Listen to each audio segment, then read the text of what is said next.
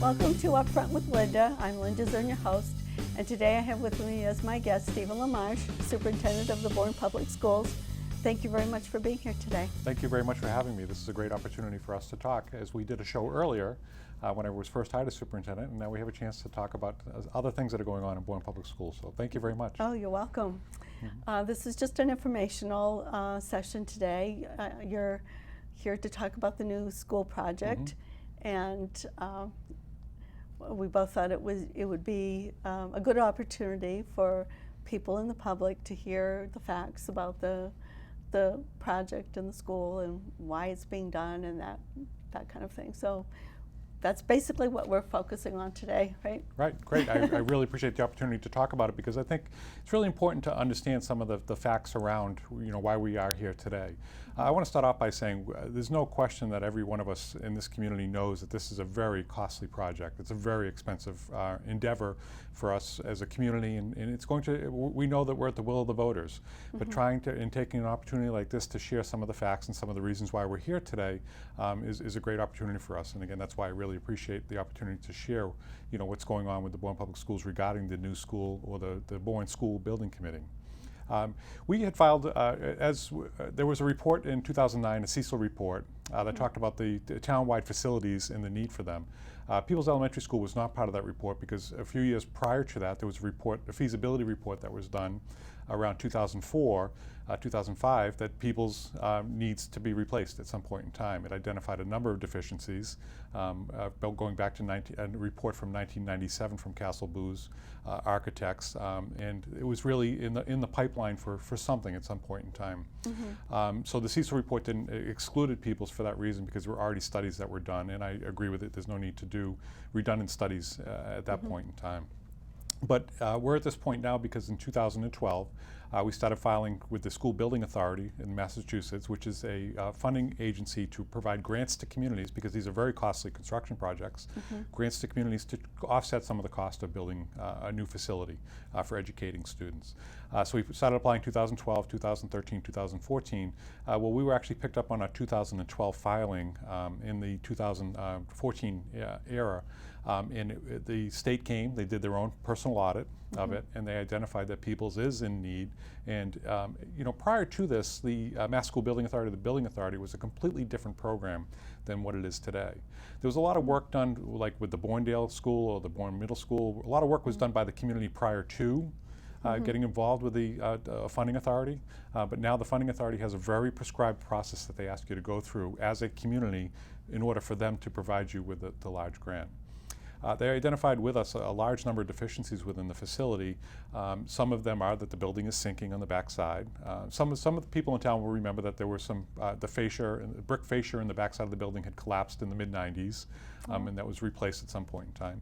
We've also ran into over the past couple of years, a number of asbestos issues within that facility that required an infusion of lots of finances to correct the issues, to make sure that the building is safe. And that includes some of the caulking around the windows, all the caulking around the windows on the older section of the building. But it also required a lot of removal of asbestos-containing materials that could be friable or could actually expose students to dangers that Department of Public Health, DEP, and Department of Labor would not permit us to do. So we've been in this process and been evolving this process for this building. And timing, I don't think there's ever going to be a good time. Just like the Bournedale Elementary School, the finances were approved in 2004, but the building didn't actually get completed in 2009. So the building was actually built off of funding from 2004, which had some limitations to it. Now, that was a great committee who kept that building under budget and returned money back to the taxpayers. We don't expect to do anything different with this particular project. But you were using finances that were approved 5 years earlier, and I think some of the hang up on that was the cutoff on Scenic Highway. It kind of delayed the construction, but you can't, the way Mass School Building Authority does is they don't have that delay, they don't permit that delay mechanism, because they know that the cost continues to elevate year after year. The longer you wait, if you approve funding, it's going to be more expensive and you're going to get lesser product. And they really do have some expectations as to what a building should be. But we're here now because Peebles is really nearing the end of life. And what we talk about is there's a certain margin of safety that we are required to keep that building, to keep the students safe in that building. And that margin of safety is becoming more and more expensive. Over the past 5 years, we've spent over $600,000 just to address the safety needs within that building, to keep that building functional as a safe environment for students. And we know that that's going to continue to compound itself over time moving forward. What year was it built? It was built, one section was built in 1953. That's the front section of the building, and the back section was built in 1955. So it's the construction in those days is certainly different than the construction in nowadays. And one of the things, as you know, is electronic devices. We're certainly overwhelmed with the amount of electronics that we're using within our schools. That particular Peebles it has some limitations. The fire chief came in to inspect the building and was concerned with the number of surge protector strips that we had within that building. But some of the classrooms only have 2 or 3, outlets within their classroom, and we have lots of technology that we want the students to actually have access to, and we want to balance their experience with the Bourne experience as well. One of our strong messages is we're one community. We're a small enough community with our stability of 2,000 students per year in our public schools. We want all of our students to have one common experience. But we're here today to talk about an intermediate school, which is part of that evolved as part of the plan, because we had a number of community forums. When we filed with the MSBA, they are very specific as to what your intention is. They don't want you to keep evolving your intention or change your intention with it, as you're doing new construction, because they want you to be very committed and firm on what your expectations are educationally, facilities-wise. We didn't have a 3 through 5 intermediate school on our mind at that point in time when we filed in 2012, 2014. But through these community forums and through all of these meetings we've had, we really came to bear that we really want to provide that type of a program for our students. We want our students to start together as kindergarten students and finish their high school together and be one class all the way through. We think that educationally that has a lot of strength in the components of that, but the experience for our students, because we are small enough, we're one community, and somehow we need to continue to bring our community together, because this is a fantastic community for children to grow up in. No, the committee felt it was more important to do that than to keep maybe first graders and fifth graders together from the same family in one school and have 2 separate schools. Yeah, we know that there's going to be a number of students. Again, we processed all of that information and the feedback on that. We know that there's going to be disparity in families. Some families have children 2 years in a row. Some families have children, they wait 4 years in between. Myself and my wife, where there was 4 years in between. So, we're dealing with that now. My son, who entered middle school as a 5th grader, my daughter, who's in 2nd grade, there was some anxiety by my daughter that she wasn't going to be in school with her brother. We know that that's part of the process, but we feel we can build in those transitions, and we can accommodate some of those variances, disparities for certain families if we do have this, this grade span building. I think one key component with that too is right now, if you are on the south side or the Cape side of the bridge, your student spends their entire education on one campus. Where in Bournedale, you spend the first 4 or possibly 5 years, but then you spend the majority of your educational experience between middle and high school, 8 years at least, on this side of the canal. So we did process that and try to balance, the needs of the individual, but also balance the needs of the entire system. And we feel that, maintaining a strong campus feeling here on this side of the bridge was the optimum for our educational program in our school system. So the new school would be built on the same location. And how would that work? Great question. One of the ideal things that we have with the new school is the amount of property that we have between Peebles Elementary School and Bourne High School. One can look at the tennis courts as kind of a focal point of that. Obviously, the school will be bigger than the tennis courts, but there's enough area and space there to actually construct the school and maintain Peebles as an open, functioning school. So that saves money, and it also saves time in the construction project that we could actually build at the same time while continuing to house our students within their current facility. So the construction project would take, roughly around, if everything was perfect, we would possibly open up the new school in 2019. Or we're looking towards 2020, and then taking down the old Peebles or doing something else with the old Peebles. Right now it's a plan to take it down, but again, the community can weigh in on any part of that process. But it saves money, and it saves time to build within the site of the Peebles Elementary School. So the new school would be behind the Peebles School right now, like sort of behind it? No, it would actually be where the tennis courts are between Peebles and the Bourne High School. It would actually be within that site. There's a tree line on the entrance for School Road. There's plenty of space between that to actually have that on there. It would be between what's named Morrissey Boulevard, or not Morrissey Boulevard, that's up in the Boston area, but Morrissey Drive and the School Road. It would be in between those two. Oh, okay. Now you started off, I think a couple of years ago, you said, starting with the forums and the community input. And, there was some talk about maybe having the police station there at the Peebles School, and then there were other ideas. And what kinds of things came out of that forum that brought you to decide to have an intermediate? What were some of the things that were brought up by your parents? Again, one of the most important things that was needed to be addressed was transportation of students if we had one entire system, because we do have the bridges that come into play, and everybody remembers when they've been stuck in a traffic jam on a bridge or waiting to get over a bridge. But we had a consultants come in and look at the transportation, and on the average day, we believe it only increases travel by 15 minutes from either end of the community of Bourne. To go into that. So addressing that was a very important factor in it. Some of the other things that really came out of the factor is we were able to address a number of other things by having this recommended facility. So one example is, it sounds simple, but it's really big to us, is the high school. We could actually start the high school later because we'd have a certain number of buses busing for middle and high school, and then buses busing for the intermediate and elementary school. We could actually have a later start time for Bourne High School, which was an interesting part that came out of this. Because we're trying to turn over every stone. We want to make sure that we look at everything that we possibly can. A couple of other things that the intermediate school does to address some of the concerns that have been raised over time through the school building committee as well as the community is the intention of some of these the other schools that were built, which again was pre the now current Mass School Building Authority. Was a lot of planning went into place, but those plans seemed to shift once the construction started. So for example, the middle school was actually built for grades 6, 7, and 8, or was intended, all the plans were designed for grades 6, 7, and 8 until it came closer to actually breaking ground and actually building the facility. And then there were concerns that's when there were concerns with the Campbell School, a number of other things, Lyle, Stone, all of that, the 7th and 8th grade at the high school, doing all these transitions and combinations. And at that time, the committee did a great job of trying to say, well, right now we need a facility that will house 5 through 8. But the plans were intended for a grade 6 through 8 facility. So does it work? Yeah, we make it work, but could it be an optimal building if it was 6, 7, and 8? It absolutely could. It's taking the process of just putting kids in boxes because you have the boxes versus actually establishing an educational program for students. Same thing with the Bournedale Elementary School, as we talked earlier. The school was, it took a couple of years to evolve the actual construction on that, and it was really intended to be an early childhood center. It actually, at one point in time on plans, had the title, Bourne Early Childhood Center. And that's really, again, converting it back to what it was actually intended to be.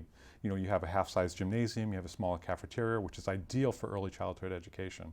And so so the intermediate school really came about by looking at every other school we have in the district and how can we maximize what we currently have. Some people have asked me, since the enrollment has gone down so much, why do we need a new school? Or why don't we use the space in the high school, like switch a grade, maybe the 8th grade, to the high school and even things out that way? Did that come up in your conversation? Absolutely, and those are great questions. The easiest answer to start off is simple math doesn't allow us to just remove one of our 4 facilities and disperse our students amongst the other 3 facilities. We just don't have the space for that to happen. Some of the other complexities that are involved is, and again, it sort of goes back to, just because we have boxes, we can put the kids in the boxes, but programmatically. So you can't look at the high school and say, high school is a good example. You can't look at the high school and say, can we move 7th and 8th grade over there? Well, you're actually running 2 schools within one school, which could actually increase the cost of educating within that facility. You can't have 7th grade students on a high school schedule. So you'd have to actually run multiple programs over there. But again, the simple math is that we can't close Peebles and have all of our students dispersed because they're not all high school age children. They're not all middle school age children. And to try to bump all of them around, it wasn't feasible. We're actually conducting, as part of the school building committee, which is going above and beyond, we're doing a feasibility of the Bourne High School at this point in time, to understand the space, the mechanics, because what I continue to say as superintendent is the long-term goal here is that we will live in Bourne High School for as long as we possibly can, the next 30, 40, 50 years. Is that part of that building was constructed in the late 80s, early 90s, so we have to get as much out of that as we possibly can. So there's no intention here to bring a new Bourne High School. That's not in the goal, the long-term goal at all. Reutilizing and repurposing the space in there is another question. You know, one of the things that we've certainly talked about, and I think it has to happen, is the central office, which is located on 36 Sandwich Road, which is where I'm housed. We need to move that office into Bourne High School. We need to utilize the space in that building for that office. There's no reason for us to maintain a separate little house on 36 Sandwich Road that is a perfect fit for the Bourne Village, and the Bourne Village should actually take that over in some shape or form and have that part of it. That was a Bourne Academy back in the turn of the century, and that would fit nice historically in there versus being a functional school administration office. Right. As you know, there are lots of needs. I mean, as an educator, you know that our students nowadays have lots and tons of needs around some of the medical issues that are going on in families, some of the broken homes. You know, the world has been kind of a rough place for children to grow up in. And one of the things that we've seen more and more of is medical diagnosis of students at earlier and younger ages. And a program that we really need to establish at our high school too is a hospital or home hospital back to school transition program. And this is for students who have anxiety around attending schools, or students who have been diagnosed or have had a concussion, and you know how we transition those students back. So it's kind of like a little academy within our high school to transition students back. It's something a lot of school districts are looking at. The Cape, nobody on the Cape has done it yet. But it's something we've certainly looked at to do as well. So there are some programmatic things that we could utilize some of the space at the high school. But again, the simple numbers are we can't take one building, close it, and then just put them all across the district. We don't have the space. As you must know, Bournedale is pretty full as it is as a new school. So. And do you want to just mention what would be in the new school? I remember seeing a couple of different plans, and you have plans. I printed out some of the things that you have on the website here. Some of the options. Do you want to just discuss that a little bit? Like, if we get a new building, what else is in there? I think I saw community rooms and things like that. Sure. And I just want to remind folks that you can go to the town website and look up School Building Committee. Unfortunately, right now, when you look at that, because we've had you know, so many meetings, we've established so many documents, it's really overload on information. So we're currently establishing a smaller website that is really specific to right now in preparing for the town meeting and you know, the possibility of an election ballot on December 6th. Because if you go to the town website and look at all this information, you could easily be overwhelmed. So we're trying to slim it down to something a little bit different that's more user-friendly at this point in time. But the way this building, one of the things, what's great about the School Building Committee and what's required by the School Building Authority, Mass School Building Authority, is you have to have a cross-section of members on this. And what came out that was really important is half that building has to be for community use outside of education. You know, meaning the community needs access to that part of the building. You know, having a full-size gymnasium versus Bournedale. Right now, it's not feasible for, you know, Bourne Rec or someone else or some basketball league or something to go into Bournedale Elementary School. But having that on the campus of the high school and the middle school and having community access to it would really be advantageous to this community, because we have great programs, basketball programs, other indoor programs, and uses of it. As you know, last year when we had the 2.5 override concerns, the community center reduced their hours, and it impacted a lot of people, and we just didn't have the space within our facilities to try to accommodate them. And what's different about the schools versus the community center is we do have a custodial program where cleaning happens at night. So our buildings are open till 10 o'clock at night.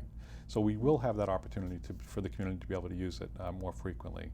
But we separated out the cafeteria, the gymnasium, you know, more community-centered areas where things can happen from the community aspect of that, and then close down the actual classrooms for students in there. One of the things that's exciting too is, as you know, at Bourne High School we opened up an innovation studio, which we've had 15, 16 communities from around the state come and look at our innovation studio and want to model after that.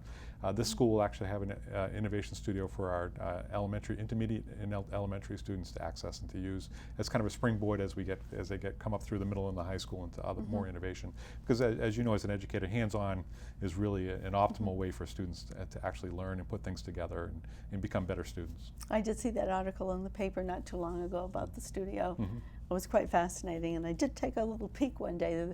the back door was open, so Great. as I was coming to the studio here, I took a little peek. It's a huge room. It's a huge room, Yeah. and it's multi-purpose is what it really is. It doesn't serve one particular instructional model, other than that we're looking for students to engage with hands-on, problem-based problem solving. Getting into that design thinking, getting into if I do this, how's this? All elements of learning where there's a beginning, middle, and an end to an actual lesson, but there's a product also involved in it, and it's anything from fashioneering to 3D printing to doing green screens for studio work and stuff like that. It's really a fascinating environment. And right now, kindergarten through grade 12 access that environment.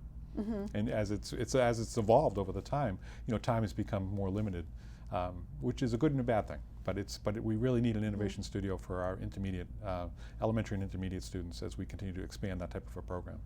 And how many classrooms would be in the new school? Oh, I don't have the number off the top of my head, but it would be enough. It would only be enough classrooms for grades 3, 4, and 5, and it's actually eight classrooms per grade, so 24 classrooms would be in it. And how many students are in a classroom on the average? The way the Mass School Building Authority designs it, they design it with a certain number of students, and it's 21 students is the minimum. 25 would be the max as designed. Obviously, there's a little flexibility between each one of those. You could have 19 or you could have 26, but it's not really designed for a class of 30. But it's really not our practice as Bourne Public Schools as a community to have class sizes of 30 at the elementary level, which has been great about this community. But you could have lower than 21, and like 15 or 16? Well, space-wise. Obviously, if you build a certain space for 21, I mean, sometimes, because as you know, demographically, you have some years that you have more students versus versus less students. I mean, one of the good things, and I know you mentioned earlier about enrollment, that our enrollment has come down. It has across the entire Cape, but we've seen a trend of our enrollment really stabilizing over the last number of years. We've averaged just over 2,000 students for the past 5 years. We have not seen a huge decline, and we actually continue to see more students enroll. And as we've talked before about school choice and the number of students, we pull students in from Wareham, from Plymouth, from Falmouth, from Sandwich. We have waiting lists for our schools. Not that that's the selling point, but to me that's a selling point that we're doing something right, that we're attracting a number of students that want to come here and actually want to be on a waiting list to come to the Bourne Public Schools. It's really a neat thing for the community and for the teachers to sit back and reflect on that. So you were talking about the cost a little bit. Do you want to let our audience know how much the project is going to cost and how much the town share is and what that breaks down to? Sure, and the great thing is that's continued to evolve. We haven't stopped working on that. What's not on all of our documentation is the number of meetings we've had at the Mass School Building Authority in Boston to continue to try to push the numbers. They were actually a very tight organization around their own accountants and their own actuaries. I don't know if that's the right word, but their own calculator people, their engineers that really come up with these figures, and we've actually seen their work and our work continue to pay off for this community. Now, it's a very large cost. It initially started around $42 million for the school, but we're already at $39 million, and we expect to be able to reduce that number even more. And that's a total cost, that's total project cost for that school. We know our job as a school building committee and as a school district is to bring that cost down further. What we've seen originally was there was going to be a reimbursement of around $11 million. We're up to $15 million in reimbursement at this point in time. So right now at $39 million, $15 million in reimbursement, the community would be in a position to have a cost of $24 million to build this intermediate school. And I know that, again, it's a large number, and I don't say this lightly, but it's really truly an investment in the infrastructure in this community. And I know it's going to be very difficult for some people, and our job is to try to help people understand how ways to either right now, it looks like it's about $178 for the average household at a value of $388,000 within this community, and that's $178 per year, $179 per year. But it's our job to try to figure out a way to make it palpable for the taxpayer to make that work.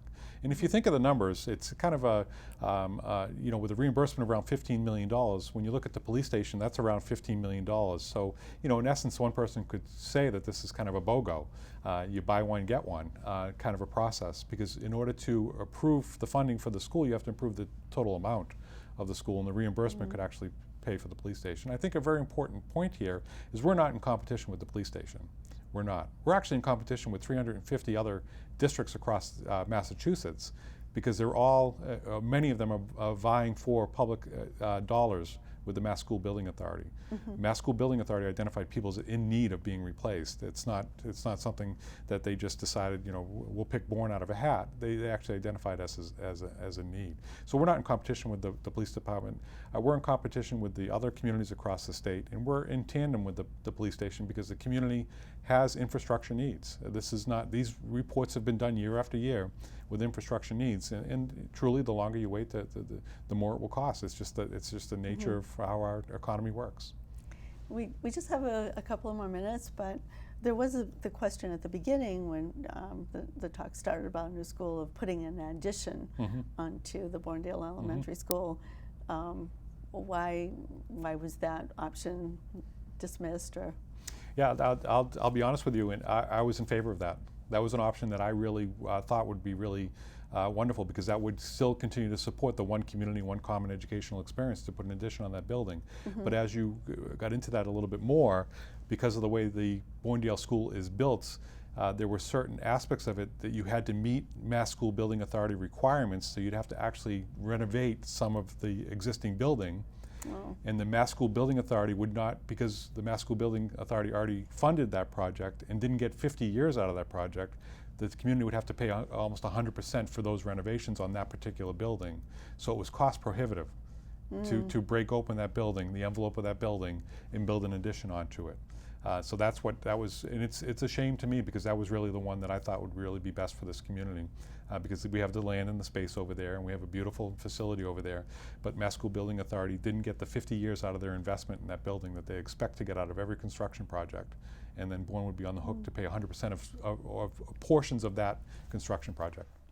I did ask several years ago whether a town could build a school without the state reimbursement, and the woman just sort of was taken, I guess, aback and said, well, no one has ever done that.